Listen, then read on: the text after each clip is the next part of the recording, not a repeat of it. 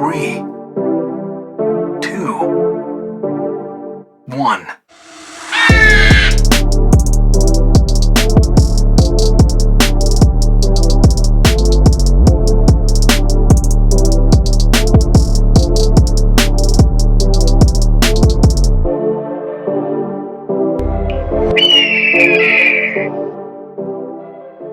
What up, Falcons Nation? Rise Up Nation, it's your boy, Jazzy Jeff. Real talk, no gimmicks. Bring that real Falcons talk to real Falcons fans. And if you're new to my channel, welcome. Please hit that subscribe button and stay tuned for future content. If you like that real Falcons talk, then this is your channel. Now, my last video was about the potential Falcons GM, Louis Riddick. If you haven't seen that video, go check it out on my channel. He's been interviewing with other teams, so we might not get him. So this week, I wanted to talk about a guy we actually interviewed, Rick Smith, the Texans general manager slash executive vice president of football operations. So first, I'm going to talk about where he came from, where he's at, and we're going to evaluate all his draft picks and why I think he would make a solid general manager for the Atlanta Falcons. So before I start, please hit that subscribe button. Now, he started with coaching in college with the Purdue Boilermakers from 92 to 95. He started off as strength conditioning coach, then he went to tight ends coach, then he went to found his calling at secondary coach. He got promoted in 96 to the Denver Broncos, and he became their assistant DBs coach.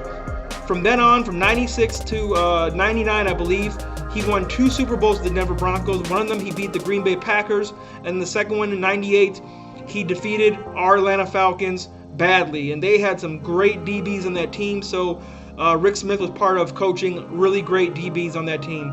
Then he was promoted to director of pro personnel, so that was the same title Louis Riddick had, which is evaluating football talent, and he had that from 2000 2005.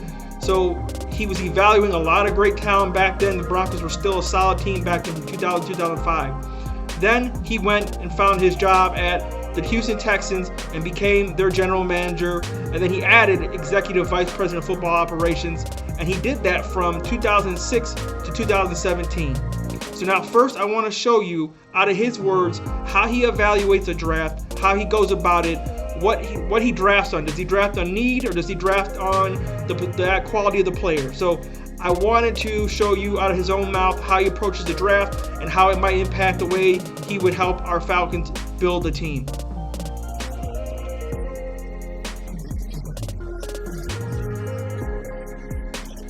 I like how he said that.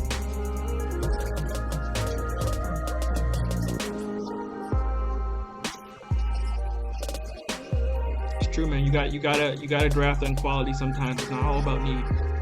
Sometimes we pass on the best player just because we're looking too much at need.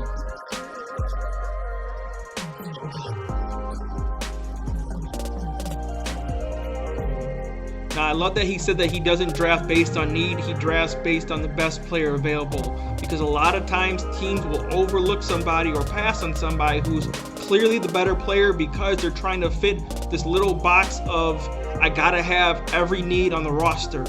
And sometimes you just miss on the obvious best player available for that moment, and you miss the moment. And I like that he thinks this way.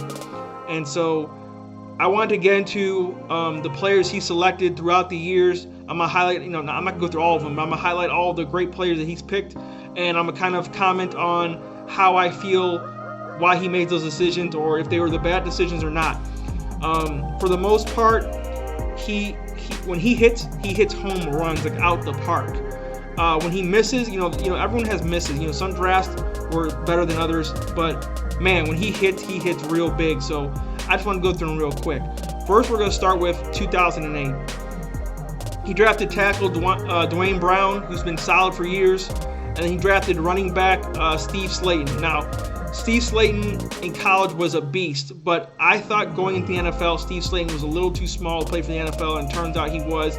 He ended up being more of a scat back, backup type up running back, because in 2009, they drafted Brian Cushing, Connor Barwin.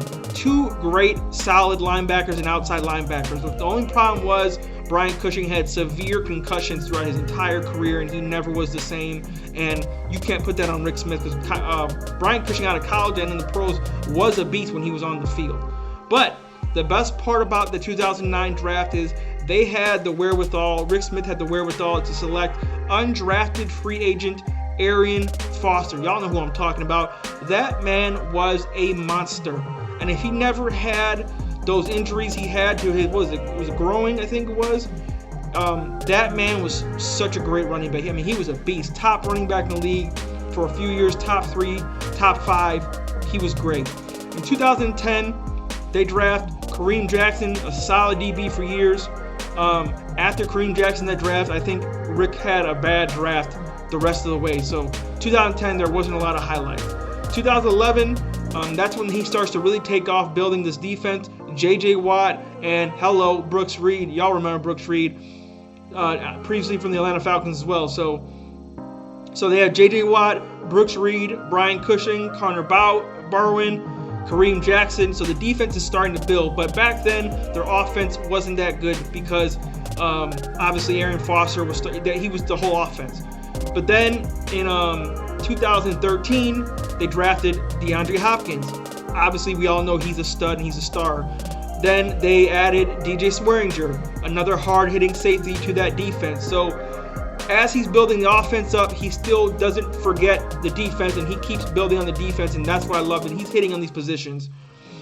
Then we go to 2014, and they draft Jadeveon Clowney. Now, I understand he was the number 1 pick, so you're saying, Jazzy Jeff, how are the Texans so bad they drafted all these great players? Well, they didn't have a quality quarterback back then for years and years. All they had was the strong running game and the defense, and you know that if you don't have a solid quarterback, you're not going to do good for a while. So he took Jadeveon Clowney, and everyone says he's a bust. Well, I think he's a bust too, but coming out of college, you couldn't deny that he was the best defensive player coming out of college. So you had to take him at that position.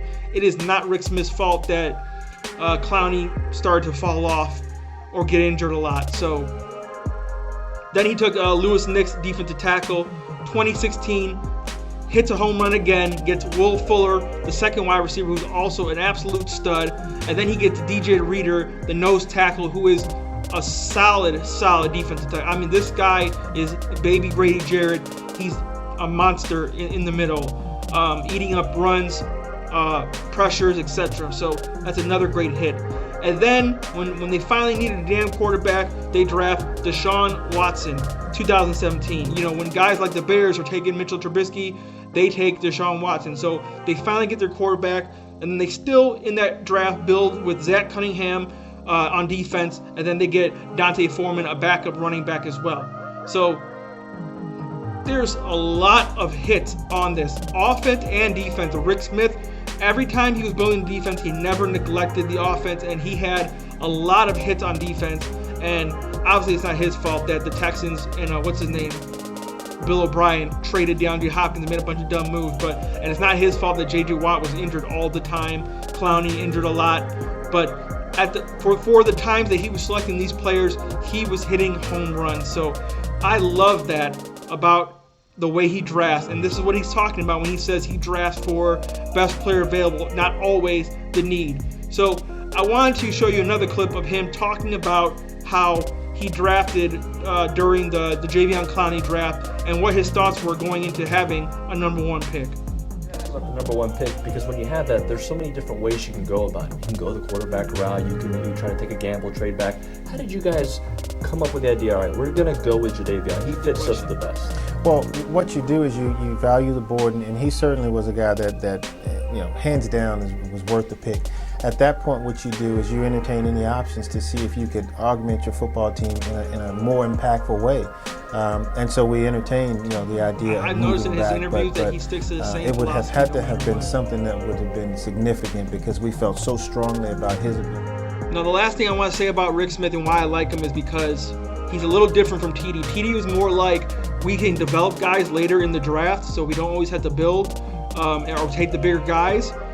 And to me, I didn't like that because it's so rare to get gems every single time later in the draft. I love that Rick Smith was aggressive and said, I'm going to take the best player available right there and then. Even if it's not a need fit, I'm going to take the best player available. So I'm going to leave you with this last clip on how he feels about having conviction in your picks and how to make a pick. So with that being said, I'm going to show you this last clip and I'm going to get out of here. This is your boy Jazzy Jeff. Real talk, no gimmicks. Bring that real Falcons talk to real Falcons fans. Thank you for watching this video. Hit that subscribe button, like, comment, share, and as always, Falcons Nation, we rise up. Sometimes you just have conviction on players, and so if you've got a conviction on a certain player, and even if he's not a position of need, and you're sitting there and you've got equal value on the guy, but you've got a real conviction about a certain player versus the other player, then you'll go with your conviction.